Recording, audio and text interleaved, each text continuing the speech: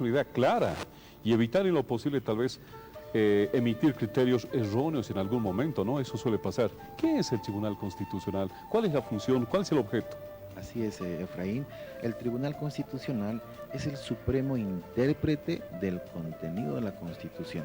Uno puede dar una lectura y una interpretación literal a lo que dispone nuestra Constitución respecto a los derechos, respecto a las garantías, cómo se estructura el Estado, cuántos órganos de poder tiene, qué hace el Ejecutivo, qué hace el Legislativo, qué hace el Judicial y el Electoral, qué dice de la economía en nuestra Constitución, cómo se modifica la Constitución, que es la suprema norma del ordenamiento jurídico del país.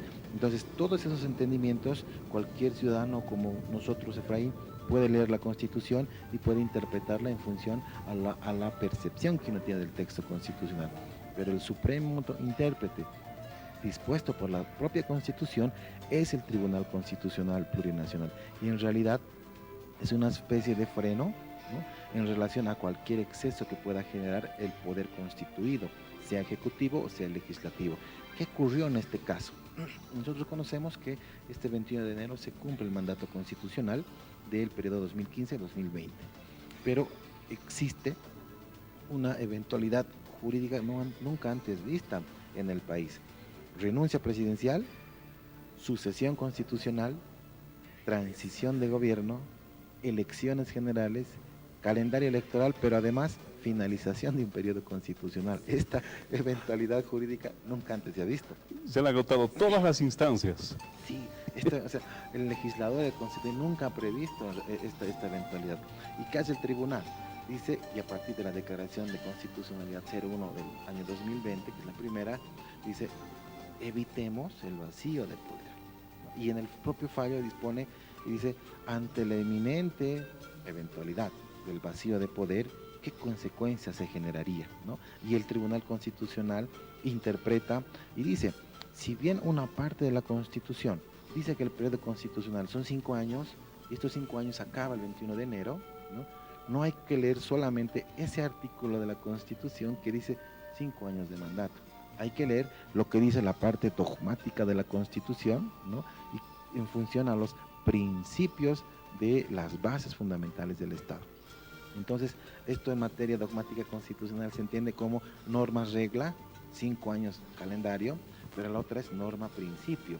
Es decir, que una norma regla no puede superponerse a una norma axiológica, una norma de principio que dice, si bien cumplen el 21 de enero el mandato, no puede supervivir el Estado sin un órgano de poder. Es decir, con ese vacío, ¿sí?, de poder. Ante esa eventualidad del vacío, el órgano debe continuar trabajando, debe funcionar orgánicamente con los 4 poderes que tiene el Estado: ejecutivo, legislativo, judicial y electoral. Ninguno de estos poderes puede arrogarse la representación del otro, ni concentrar las funciones de otro poder. Es impensable, Efraín, que el órgano electoral, ¿no?, gobierne el país, que el legislativo administre justicia, resuelva divorcios de la población boliviana. No es su competencia. No es su competencia, o el Ejecutivo haga leyes, ¿no? Entonces, todos tienen sus funciones, ¿no? Y en función de esto, el mandato de la Constitución es claro. Ante esta eventualidad, lo que hace la Asamblea Legislativa, que es el órgano principal de poder en relación a la representación del pueblo, cuando uno va a las elecciones, Efraín, ese domingo de elecciones, el momento en el que sufragas, le estás diciendo al poder, te delego mi soberanía. Entonces, delegas a 166 legisladores tu soberanía como pueblo, ¿no? Esa delegación soberana que establece el artículo 7 de la Constitución, le dices, bueno, yo elijo a mis autoridades en el Ejecutivo, pero a mis representantes en el Legislativo para que haya un equilibrio de poderes, y votas. Entonces, son 5 años que el pueblo delega su poder en función a la democracia representativa, y es allí donde se radica la delegación del pueblo. Pero nunca el pueblo pierde en sí la soberanía, pero la delega en un momento de sufragio electoral. Vale decir que ante esta eventualidad, para reconstruir el poder, se tienen que tener reglas claras. Y lo que hace el Tribunal Constitucional es interpretar esta eventualidad y dar certidumbre jurídica. Muy importante el trabajo del Tribunal Constitucional Plurinacional. Para ilustrar un poco más, doctor, otro ejemplo al margen del que estamos abordando para que sea más comprensible y de la lucidez, y vale el término, con relación a esta interpretación? Claro que sí, hay un precedente muy importante que todos los conocemos también, el del Tribunal Constitucional, fue la anterior declaración 03 del año 2016, en la que el Tribunal Constitucional también ejerce un control de constitucionalidad a una pregunta que él también le hace a la Asamblea en ese tiempo, y le dice si podemos o no modificar el artículo 168 de la Constitución, que dice 5 años en el mando del presidente, pero reelección por una vez, ¿no? Y le preguntan, ¿podemos ir a referéndum con este texto y preguntarle al pueblo si quiere modificar el 168 de la Constitución y permitir más de una reelección? Y el Tribunal Constitucional, ¿qué le dice a la Asamblea? Sí, en función de la vía de la modificación parcial, pueden sacar esta ley, pueden sancionar esta ley, pero depende de quién, del soberano. No es una ley que puede extender el mandato y una reelección las cantidades de veces que sean necesarias. Solamente vía referéndum, porque eso lo establece la reforma parcial, vayan al referéndum y lo que resulte del referéndum va a ser vinculante para modificar la Constitución. ¿Qué pasó el año 2016 con el referéndum? Se le dijo no a la modificación del artículo 168, no hay reelección por más de un periodo constitucional, y ese referéndum es vinculante. No se modificó la Constitución y el Tribunal Constitucional ejerció nuevamente un control de constitucionalidad. Si lo vemos de un ejemplo mucho más coloquial, por ejemplo, se puede generar una normativa, una ley en el que disponga, ¿no?, que es responsabilidad del Estado, y perdón por el ejemplo que voy a mencionar, Adelante, doctor. que el Estado deba garantizar a que todos los ciudadanos bolivianos tengan, por ejemplo, deba dotarles de bicicletas, ¿no? Entonces, probablemente pueda servir, ¿no?, para que ejerzan, no sé, actividad la locomoción, física, la locomoción, coadyuvar, ¿no?, claro, para generar la salud. Pero eso va a depender de un presupuesto, ¿no? Y el Estado tiene ese dinero, y lo que hace el Tribunal Constitucional es, no pueden ir más allá de la competencia, eso puede sancionar legislativo, esa facultad legislativa, pero ojo, tienen que tomar en cuenta si hay o no plata, ¿no? Entonces no pueden meterle así nomás, por decirlo así, leyes por cualquier tipo de figura, tiene que haber cosas sustanciales, y en este caso han tocado algo muy sensible, que es la organización del poder, ¿no? Y el poder político, ojo, que no es solamente presidenta, no son solamente diputados y senadores. Este fallo inclusive alcanza a las entidades territoriales autónomas. Estamos hablando de alcaldes, concejales, asambleístas departamentales y los gobernadores. Todos ellos deberán continuar en funciones hasta que se celebren primero las presidenciales, acaban las presidenciales, y a partir de allí otro periodo de extensión del mandato ya para alcaldes hasta que se celebren nuevas elecciones en el nivel subnacional. Podríamos decir entonces que el Tribunal Constitucional Plurinacional es el ente rector quien se encarga de ver el conflicto de leyes, el tema de supremacía constitucional, si cumple o no cumple, si está en contra, pues da su veredicto para que esa norma, esa ley que va y afecta el tema de constitucionalidad, sea derogada o no proceda, ¿no, doctor?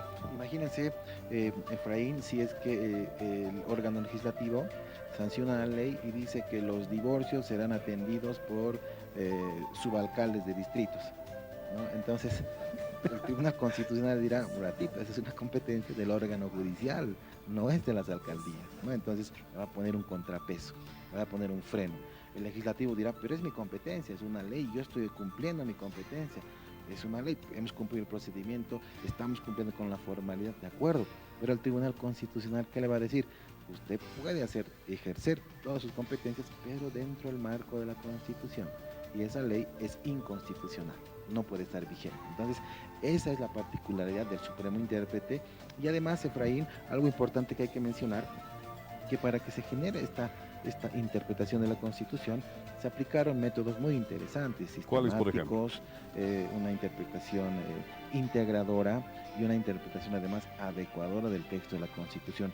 Y en gran parte del fallo, lo que hace el Tribunal Constitucional es decir, restablezcamos la normalidad constitucional. Es decir, ante esta eventualidad reconduciremos, no sabíamos que esto iba a pasar, pero pondremos orden. Y a partir del día en que se genere el acto solemne de la transmisión del mando presidencial, ese día será el día 1 de los siguientes 5 años del periodo constitucional, lo que implica que no que en las siguientes elecciones no va a poder extenderse más. ¿No? El Constitucional no está modificando la Constitución y está diciendo que el periodo presidencial es más de 5 años. No, por esta eventualidad se interpreta que va a ser hasta la transmisión del mando. Pero el próximo presidente o la próxima presidenta va a tener, a partir de la imposición de la banda presidencial, 5 años calendario, ¿no? Entonces, eso hace el Tribunal Constitucional, vela por la vigencia de derechos, vela por la vigencia de las garantías de los bolivianos y dice, así está organizado el Estado, parte orgánica, y estos son sus principios, son sus valores. Imaginen lo que ha hecho con esta sentencia, con esta declaración de constitucionalidad, más bien, es decir, que la norma regla está por debajo de la norma principio, y es más importante el valor que la norma regla. Importante la aclaración que nos hace, doctor. Se podría decir entonces que dentro del criterio del Tribunal Constitucional Plurinacional se aplica la supremacía, se aplica el criterio de la pirámide de Kelsen. Sí, en dogmática constitucional, Efraín, de pronto la estructura de nuestra Constitución ha evolucionado un poco más. Tradicionalmente, como tú lo mencionas, era se analizaba inclusive en las propias facultades de Derecho la famosa pirámide de Kelsen. Correcto. Pero ya tenemos una nueva acepción y lo ha establecido un expresidente del Tribunal Constitucional, un hombre muy memorable, el doctor Tredinic, y él nos hablaba de del famoso reloj de arena. Y esto es que nuestra Constitución ahora, además de una pirámide que tiene, ahora se apertura hacia un reloj de arena. ¿Y esto qué implica? Que antes por encima de la Constitución no había nada. Hoy ha cambiado esa nomenclatura. Por encima de la Constitución sí existen tratados internacionales en materia de derechos humanos solamente. O sea, toda aquella nomenclatura de tratados internacionales en materia de derechos humanos son vinculantes inclusive por encima de la Constitución cuando tiene que ver derechos humanos. Otra materia, no.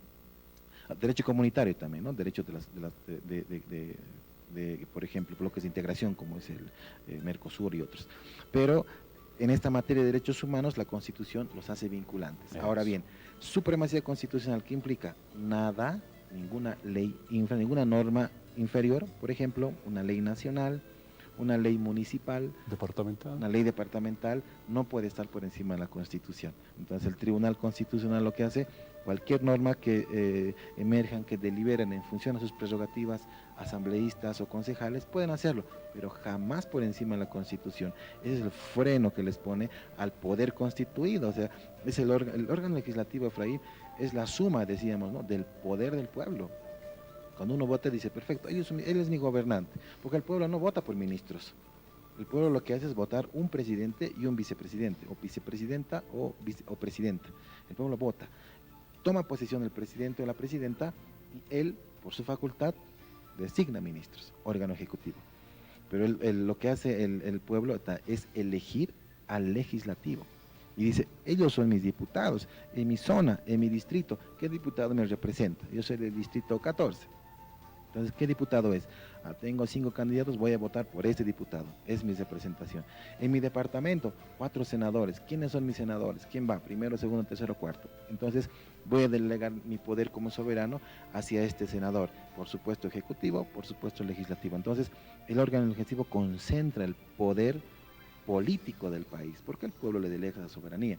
Imagínense, del máximo órgano de poder político, que es el legislativo, sale una ley y de pronto el constitucional le dice, un ratito, no se excedan, tiene que ser de esta forma. E interprete bien, porque esta laguna jurídica que ha emergido hay que corregir, hay que restablecer el orden constitucional. Doctor, ¿cuál es el mensaje que debería de llegar a la población, a la opinión pública, a los políticos, a la sociedad, a los movimientos sociales, que tiene esta aprobación del Tribunal Constitucional Plurinacional? ¿Cómo deberían de adoptar? Inicialmente nos da certidumbre jurídica. Nos da certidumbre porque se restablece el orden constitucional. ¿Esto qué implica? Que no vamos a estar ante la dualidad de continúa, no continúa el poder. ¿Qué hacemos después del 22 de enero? ¿No? Entonces nos da certidumbre y dice, las actuales autoridades, tanto la presidenta en transición como los legisladores, continúan en funciones. Esto es importante, Efraín, porque tú recordarás en noviembre, 2 días no teníamos poder, no había gobierno y había un estado de zozobra en el país, ¿no? Había temor. Incertidumbre. Lo que hace este fallo es decir, no va a volver a ocurrir ese vacío de poder, ¿no? Para evitar aquello, vamos a extender excepcionalmente el mandato y que continúen las autoridades. Pero además, ¿qué es importante, Efraín? Y esto también corresponde analizarlo.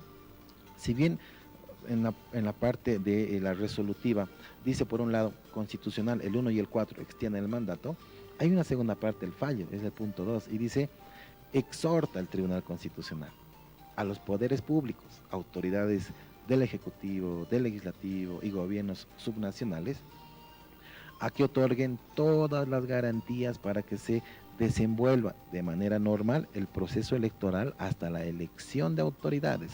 ¿Qué implica? ¿Qué le está diciendo con esta frase al Ejecutivo? Ejecutivo, cuando hay elecciones, la policía debe garantizar el orden, no debe haber ningún tipo de movilización o generar inestabilidad. ¿Y qué le dice al Ejecutivo? A las Fuerzas Armadas, donde no exista, por ejemplo, transitabilidad, donde haya poblaciones muy lejanas, a través de la Fuerza Aérea lo que hace las Fuerzas Armadas es transportar las ánforas. El equipo, el material electoral, transporta las ánforas hasta un lugar alejado en el país, ¿no? Fronteras generalmente, otorga el material electoral para que celebren elecciones. Entonces el Ejecutivo está cumpliendo el mandato va a cumplir el mandato de esta declaratoria constitucional en el grado de exhortación y cumplirá. El Legislativo, todas sus prerrogativas de fiscalización. Tú sabes, Efraín, que en este último tiempo, por la coyuntura, hay muchos casos, ¿no? Sí. En materia penal bastante complejos. ¿De dónde emergen? De denuncias de legisladores, ¿no? Hay la diputada Sandoval, por ejemplo, ¿no? Rosemary Sandoval ha generado una serie de acciones penales que han tenido repercusión en la coyuntura política, pero por investigación de presuntos hechos de corrupción. Entonces, en su atribución fiscalizadora, está tomando conocimiento hacia el Ministerio Público para que se investigue un hecho presumible de corrupción. Su facultad fiscalizadora, imagínense si no hay legislativo, ¿quién fiscaliza el poder? Entonces, naturalmente debe haber aquello. Entonces, ¿qué debe entender el pueblo boliviano? De que con esta declaratoria de constitucionalidad se otorga certidumbre jurídica, existe la continuidad, no va a haber vacío de poder, vamos a tener quienes nos gobiernen y un órgano legislativo que haga leyes y fiscalice al poder, a quienes son titulares de la administración pública. ¿Y cuál es nuestro principal desafío? Con la reinstitucionalización electoral, luego de haber elegido autoridades, el siguiente desafío es el siguiente 3 de mayo, donde los bolivianos asistiremos a las urnas y allí tomaremos la prueba de fuego, ¿no? La garantía en la transparencia en la delegación del voto, y estos dos elementos nos van a dar como suma la recuperación de la dignidad democrática en el país. Doctor, importante, por ejemplo, la apreciación que usted realiza. Mi consulta va de la siguiente manera. Después de esta prórroga que se ha dado al órgano ejecutivo, al órgano legislativo y también a las autoridades subnacionales, ¿van a continuar con esas funciones? Usted hablaba de fiscalizar, van a continuar fiscalizando. El tema de legislar, es decir, los asambleístas, diputados y senadores, ¿van a poder realizar, establecer, confeccionar leyes? Así es, con todas sus prerrogativas constitucionales, el tribunal dice, no tocamos las funciones. No es que continúen los del legislativo sentaditos nomás y miren las elecciones, no, tienen todas sus prerrogativas constitucionales para sancionar, generar leyes y particularmente para fiscalizar. Esas funciones que hacen, equilibran los poderes. No puede un órgano ejecutivo o un judicial sobreponerse a otro, entonces va a haber un equilibrio de poderes de tal forma que supervivan los dos con sus mismas funciones. No le podía haber dicho al Ejecutivo, gobierne solamente mientras hay alguna emergencia. No, tiene las facultades el órgano ejecutivo de generar la titularidad de la administración pública como órgano ejecutivo y las facultades que tiene también la presidenta, pero en periodo de transición, ¿no? Difícilmente se va a meter, por ejemplo, a temas de modelo económico. Lo hará la siguiente presidencia porque van a tener 5 años de gestión. Bueno, le consultaba esto porque han habido algunos diputados que hablaban y se referían al tema, señalando de que como los diputados, los asambleístas han sido elegidos mediante un proceso electoral durante un periodo determinado, han cumplido simple y llanamente con este criterio del Tribunal Constitucional, deberían de fiscalizar, pero no deberían de elaborar, sancionar leyes, no deberían de hacerlo. Entonces, iba con relación a eso, sí, el tema de la consulta. No puede restringírseles, ¿no? No puede decirle, esta partecita sí hagan y la otra no. Este fallo de control de constitucionalidad justamente aplica sus pormenores, interpreta y recurre a una norma interpretativa que lo establece la Constitución y el Código Procesal Constitucional y dice, ante esta divergencia de derechos de interpretación que se aplica, vamos a la voluntad del constituyente. ¿Qué dijo el constituyente el año 2006 en Sucre? ¿Qué dijo el constituyente en Oruro, en Estación del Detalle? ¿Qué dijo el constituyente en La Paz al adecuar la Constitución? Revisemos las actas y en parte del fallo dice, según el informe de comisión de visión de país, en razón dice que debe haber 4 poderes. Acude al origen del debate y dice, debe ser así, ¿no? Entonces lo que hace el Tribunal Constitucional con esto es decirles, permanezca ejecutivo, permanezca legislativo con todas sus prerrogativas. Doctor, ya para el cierre, diríjase por favor a la opinión pública, a todas las personas que nos ven, sobre esta orientación que nosotros estamos brindando en estos momentos. La importancia de esta prórroga que se ha dado para que el órgano ejecutivo y el órgano legislativo y las autoridades nacionales continúen hasta el nuevo presidente o presidenta en nuestro país, por favor. Sí, este fallo nos permite reconducir el orden constitucional y lo más importante, ya hemos pasado un periodo de crisis política, de inestabilidad, de movilizaciones, heridos y muertes en el país. Creo que ya pasó ese tiempo. Es hora de que todos nos sentemos a esperar estas reglas democráticas, jugar estas reglas democráticas, asistir al voto y a partir de esto reconstruir el poder. Lo que los bolivianos queremos es continuar con este clima de pacificación y elegir democrática y transparentemente a nuestras próximas autoridades. Muchísimas gracias, doctor. Muchas gracias, Efraín. Lo vamos a convocar. Amigos televidentes, de esta manera llegamos a la conclusión de esta presente edición de su revista Cabildo Abierto. Dios la participación de todos y cada uno de ustedes. Hasta el día de mañana, amigos. Basta de más corrupción en la sociedad. Ya no más pobreza y enfermedad, discriminación y desigualdad. Nunca de rodillas, siempre de pie con valor. Adelante, forjadores de justicia.